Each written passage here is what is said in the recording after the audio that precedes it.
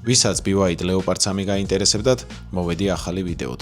ვნახოთ, როგორ გამოიყურება BYD Leopard 3, რამდენ კილომეტრს გაგვატარებს და რამდენ კილოვატიანი ელემენტები აქვს. BYD Leopard 3-ს აქვს ორი კატეგორიის ელემენტები. ერთი არის 65 კილოვატიანი, მეორე არის 73 კილოვატიანი ელემენტები.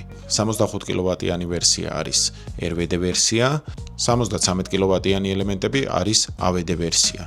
მე რეკომენდაციას ყოველთვის AVD ვერსიას უწევ.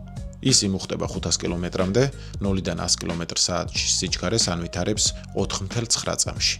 მე პირადად ძალიან მომწონს BYD და არაერთხელ მithქვამს ჩემს ვიდეოებში, იმიტომ რომ არის ძალიან ძველი და გამოცდილი ბრენდი. BYD Leopard 3-ის ფასი შეადგენს 22,000-დან 30,000 დოლარამდე. მე ვფიქრობ, ამ ფასთა კატეგორიაში ძალიან დიდ კონკურენციას უწევს თავის მოწინააღმდეგეებს.